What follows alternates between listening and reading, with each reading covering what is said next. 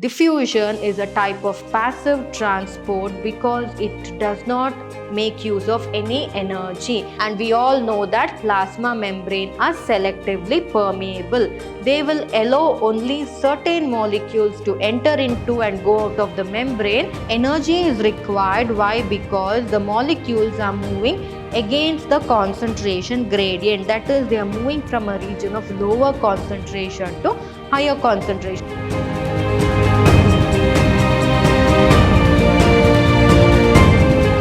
Hello everyone, a warm welcome to today's session on chapter 11, that is transport in plants. I am Dr. Divya, biology faculty, Vidyashram Pre-University College, Mysore, Temple of Excellence. So we all know that plants actually require minerals, nutrition, water for the normal biological activities to take place. And how do these plants get all these? It is from the roots, right? The roots are the ones that draw all these from the soil and transport it to different parts of the plant. And have you ever wondered how the water or the mineral nutrients can reach to the tip of a very tall tree? It's quite fascinating, right? It is because of various transportation pressures that are involved, be it translocation, the turgor pressures, the diffusions. All these are the ones that actually help the movement of molecules which are taken in by the roots to different parts of the plant body in a unidirection. That is, the movement actually takes place in one direction. That is, will it come back from the tip of the plant back to the root? No, it will never. It will travel from the root and then to the different parts of the plant body and up till the tip. So there are various processes that help the plants to transport all these components very easily. So this particular chapter actually deals with how these components, that is the water, the minerals, the nutrients, all that are transported from the roots to different parts of the plant body. So we shall start the session with studying the different processes which help them in doing so. So we will start with studying about different means of transport, or in other words, different processes that help the transport of water and mineral nutrients from the base of the plant to the tip of the plant. One of the process is diffusion. So diffusion is a passive transport. So passive transport means it doesn't require energy. Here the molecules move into and out of the membrane without the requirement of even a little bit of energy. It is a very simple process, and we all know that, say for example, our skin, the epidermal cells, they are made up of lipid bilayer, right? So how do the molecules, say for example, the gases, how do the gases transfer through the fat molecules? So that is by the process of diffusion. So here in the process of diffusion, the movement of molecules actually takes place from one part of the cell and they move into the other cell, or from one cell other parts, or they move in from one cell to other cell.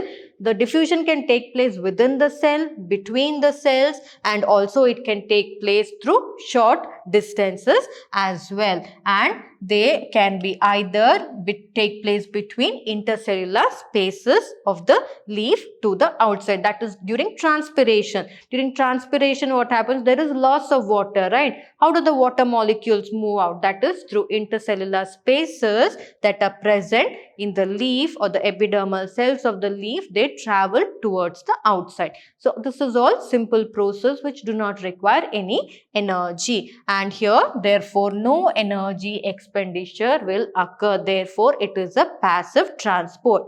Whereas if it is an active transport, it will make use of energy. Energy is required there. So here in the case of diffusion, the molecules, be it a water molecule, the oxygen molecules, the carbon dioxide molecules, all these molecules move in a quite random fashion, and therefore these substances actually move from regions of higher concentration to lower concentration.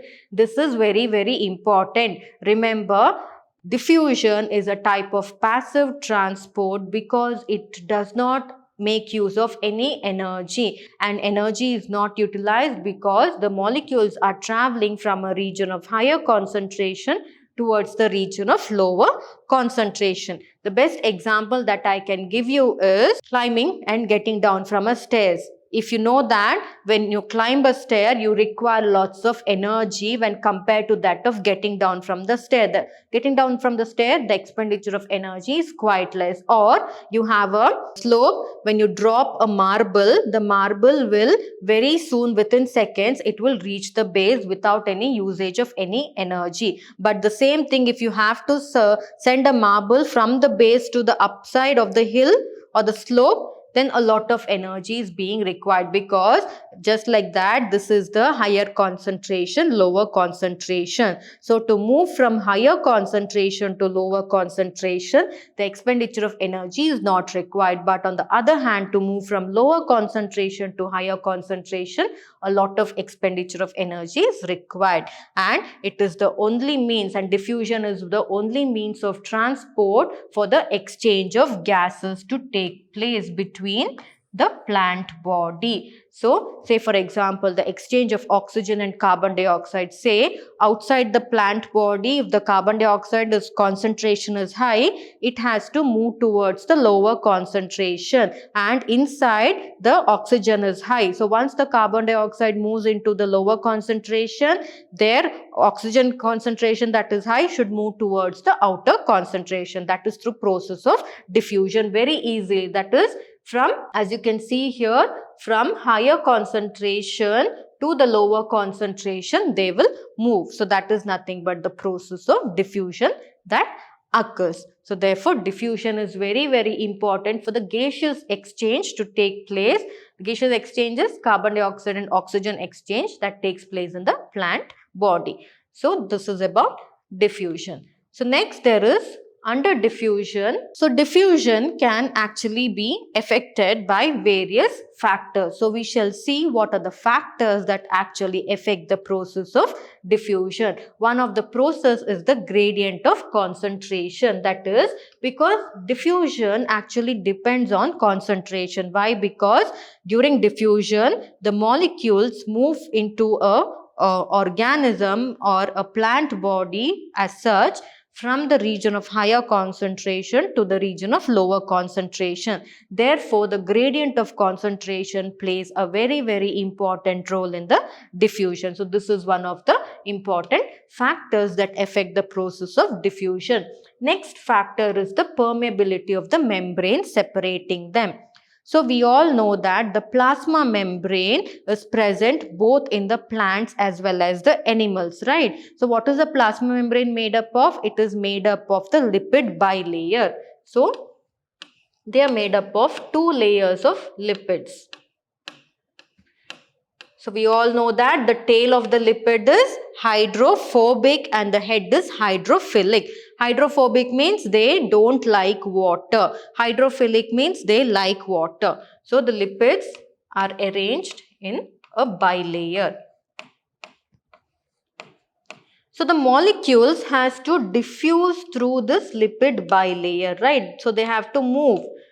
So this is the from outside. So say for example, here if carbon dioxide is more and here inside the cell if oxygen is less, from higher concentration the carbon dioxide has to move here, and here if the oxygen concentration is here, it will move outside. So therefore movement is always from higher concentration to lower concentration. So here the movement from higher concentration to lower concentration, or the movement of molecules, depends on the permeability. What is permeability? Permeability means the capacity of the layer to allow the substances to move in. Here in this case, the capacity of the lipid bilayer to allow the molecules to move into the cell. So if it is permeable, it will allow the gaseous molecules to move inside. If it is not permeable, it will not allow the gaseous molecules to move inside and out of the cell. So therefore, permeability of the membrane is also very, very important, and it affects the diffusion process. And next is temperature. Temperature also plays a very important role in the diffusion process. So and also pressure. The pressure gradient also plays a very important role in the diffusion process. So these are the different factors that actually affect the process of diffusion. So next, moving on to one more kind of passive transport, that passive process that actually helps in the transport of molecules from the region of higher concentration to the region of the lower concentration. So what is it? It is called as facilitated diffusion. Facilitated is a kind of diffusion. So here also, just like diffusion, here also the molecules move through the plasma membrane from a region of higher concentration to a region of lower concentration. But the only thing is, it cannot move on its own. It cannot enter the membrane on its own. It requires a facilitator. What is a facilitator? Facilitator is someone who helps. So here, which is the facilitator? It is a protein molecule. So a protein actually helps in the movement of the diffusion or the process of diffusion. That is why it is called as facilitated diffusion. So facilitated diffusion is also a passive transport. Why? Because it is just like diffusion. It takes place from the movement of molecules is from higher concentration to lower concentration. Therefore, energy, the expenditure or the usage of energy is not required here. Therefore, it is a passive transport. So, it is the passive transport of molecules along their concentration gradient across a biological membrane. What is the biological membrane? Here it is the plasma membrane, and we all know that plasma membrane are selectively permeable. They will allow only certain molecules to enter into and go out of the membrane. They will not allow all the molecules. Among these certain molecules, there are some molecules which, if it has to enter into the cell through the plasma membrane, it needs a facilitator. It needs special proteins which actually helps in carrying those molecules into the cell through the plasma membrane. That is why the process is called as facilitated diffusion. Here, the diffusion process is facilitated by a protein molecule. That is a special protein. As you can see here, the lipid bilayers are there. This is the outer side of because we know that the cell has an membrane, right? So, if you take a cell, here also there is a covering of the membrane. Throughout it is covered by a membrane. So, this is the outer side of the cell. These are the outer sides of the cell, and here you can see a carrier protein is being present. That is a protein, a special form of protein.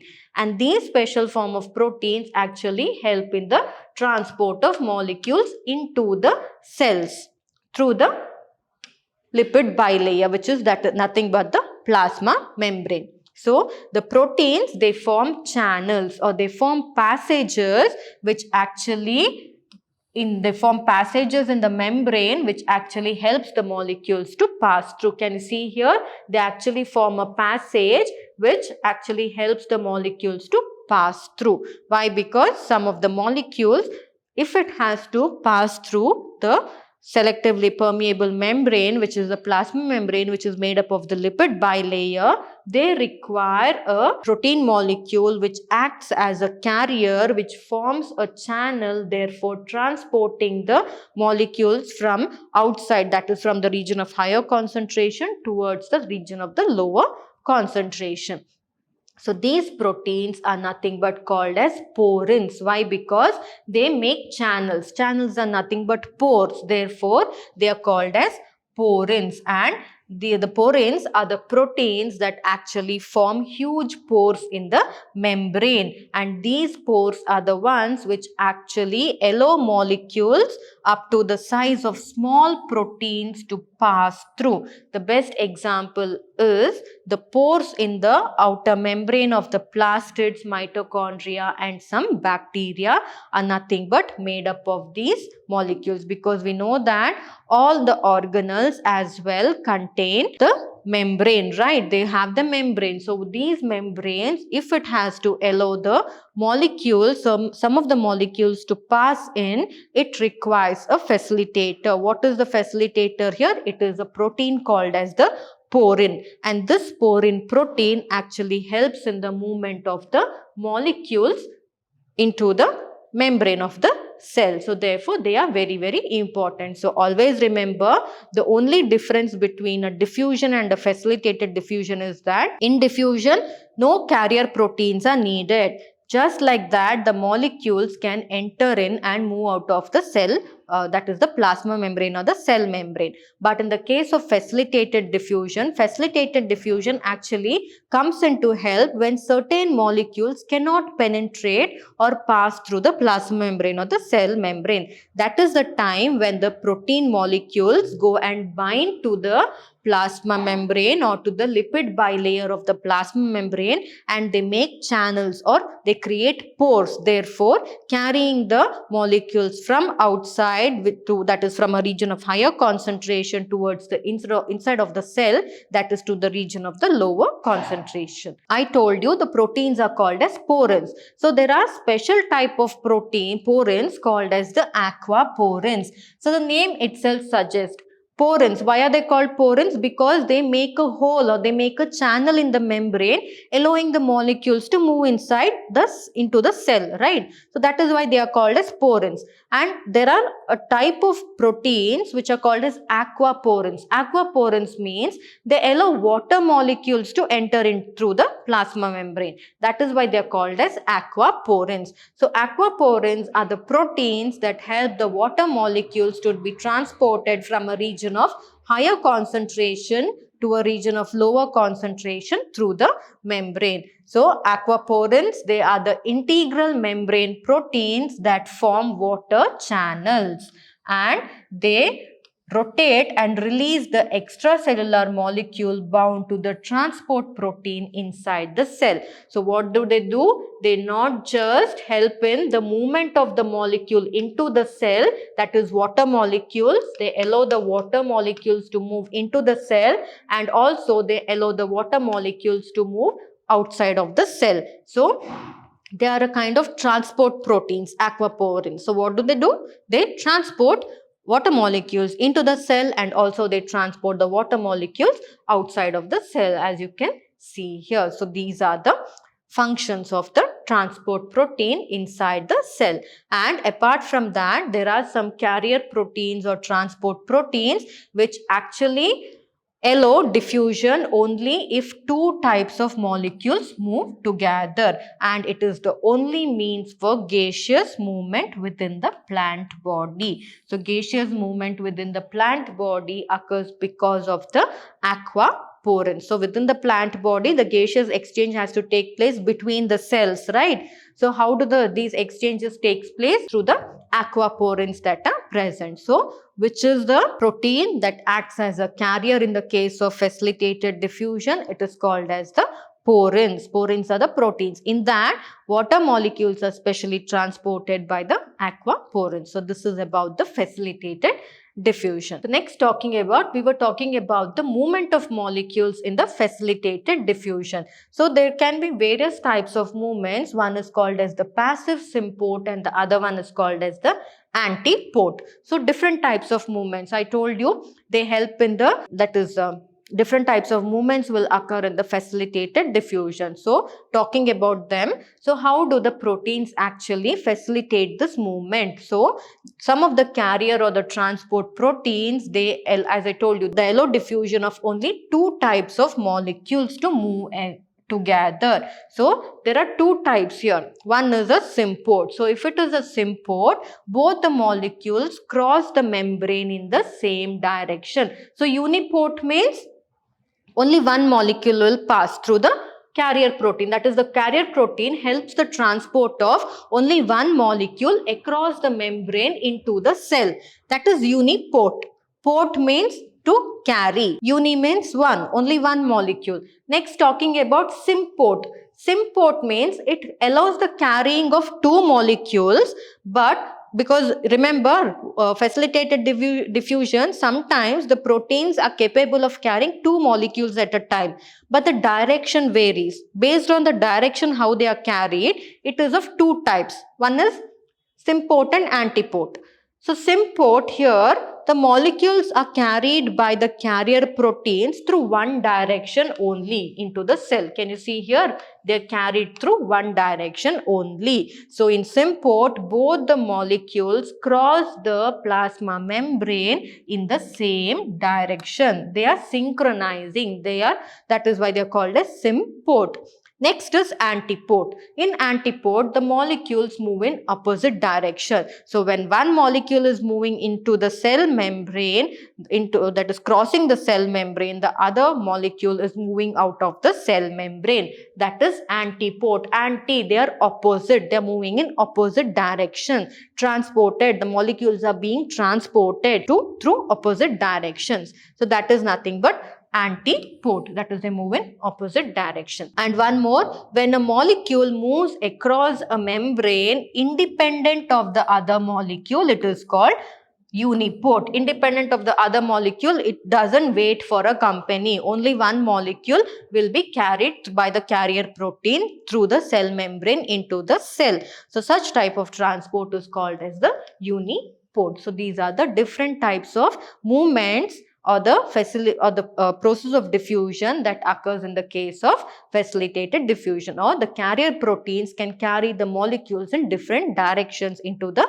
cell membrane. So what are those? One is the uniport, the antiport and the symport. So these are the different types. So next, talking about one more means of transport, which is active transport. So far we had learnt about passive transport. Passive transport means here no energy is required. Why no energy is required? Because the molecules are moving from higher concentration to lower concentration. It doesn't require the energy. Under this, there are two types. One is diffusion, other one is facilitated diffusion. Under diffusion, no proteins are involved in the process of transport of molecules. The molecules as such freely they can move into and out of the cell membrane. But in the case of facilitated diffusion, only a carrier protein can take the molecules from the higher concentration to the lower concentration. It cannot function on its own. And next, one more means of transport is the active transport. Active transport means they make use of energy. Here, energy is required. Why? Because the molecules are moving against the concentration gradient. That is, they are moving from a region of lower concentration to higher concentration. I told you climbing stairs. Climbing stairs is active transport. Why? Lots of energy is needed to climb, but to get down, no, lot of energy is not needed. Therefore, active transport uses energy to transport molecules and pump molecules against a concentration gradient, and active transport is carried only by a specific membrane proteins. And hence, different proteins that are present in the membrane help in the active transport of molecules as well as passive transport. So for passive transport, porins were there. And under that, we learnt about aquaporins. Like that, for active transport, a lot of proteins that are present in the cell membrane facilitate or help in the active transport process. And there are proteins called as pumps. So the pumps are proteins that usually make use of energy to carry substances across the cell membrane. Why they make use of energy? Because the substances are carried against a concentration gradient from a region of lower concentration to a region of higher concentration. So these proteins, which are called as pumps, they can transport substances from a low concentration to high concentration. That is called as a uphill transport. You're climbing a hill. It is a uphill transport. So the passive transport, the movement of molecules from a region of higher concentration to lower concentration, is helped by diffusion and facilitated diffusion. And the movement of molecules from a lower concentration to higher concentration is helped by the active transport wherein proteins called as pumps are involved. So this is about active transport. So here itself you can see diffusion. Here the concentration of molecules is high. So from higher concentration, the molecules move through the lipid bilayer into the cells very easily. No carrier proteins are needed. Facilitated diffusion, here the concentration of molecules are very high. The higher concentration, here it is very low. So therefore the molecules are supposed to move from higher concentration to lower concentration. But we all know that plasma membranes are selectively permeable. So at such times what happens? A special protein called as porins or aquaporins, they actually form channels which allow the movement of the molecules. They carry the molecules from higher concentration to lower concentration. Next, talking about active transport. So both of these are passive transport. So this one as well as this one, it is passive transport. Now talking about active transport. Here also proteins are involved which are called as pumps. They are called pumps. So these pumps actually help the movement of molecules from the region of higher concentration, from the region of lower concentration to a region of higher concentration. Here the concentration is high, here it is low. So the substances has to move from the outer environment towards the inside of the cell. So in the outer environment, the concentration of the substance is low. So if the concentration of the substances is low and it has to move towards the inside, that is towards the higher concentration, a lot of energy is required. How the energy is supplied? In the form of ATP, that is adenosine triphosphate. So it makes use of energies in the form of adenosine triphosphate to transport molecules from a region of lower concentration to higher concentration by making use of proteins called as pumps. So this is active transport. So next we shall see in this table the comparison of different transport process which requires energy, which do not require energy. All these will just go through it in this particular table. So they have given different properties here. So whether the simple diffusion, facilitated transport or active transport, whether they require all these properties, we shall see. So the first property is requires a special membrane protein. So remember in the previous slides while talking about facilitated diffusion, I told you they require a special protein called as the porins, right? And active transport requires a special protein called as the pumps, right? So we shall see here. Does simple diffusion require special proteins? No, they do not require. Facilitated transport? Yes, they require special proteins called as porin, right? And active transport, they also require special proteins called as pumps. So therefore, this is also yes. Next, talking about the highly selectivity. Whether they are highly selective or not, because we know that the molecules has to pass through the plasma membrane, and plasma membrane is a selectively permeable membrane. So simple diffusion, the plasma membrane doesn't become highly selective in nature. Why? Because here simple diffusion, only the exchange of gases will take place, right? So therefore easily the plasma membrane will allow the gases to pass into and outside. So that is why, because it is not acting as a selectively permeable membrane, proteins are also not required here. Therefore, no, it is the right answer. Facilitated transport, yes, the plasma membrane becomes selective when in terms of facilitated transport. They do not allow all the molecules to enter into. That is why the carrier proteins come in to help there. So therefore, it is S. Here also it is the same. It is yes. Next, talking about transport saturates. Here, concentration gradients are very, very important. In this case, it moves from higher concentration to lower concentration. But in this case, it is yes and it is yes. So, this what is that? Transport saturates are very, very important. Uphill transport is only seen in active transport. Why? Because the movement of molecules is from a region of lower concentration to higher concentration. It is going uphill from lower to higher. It is going uphill.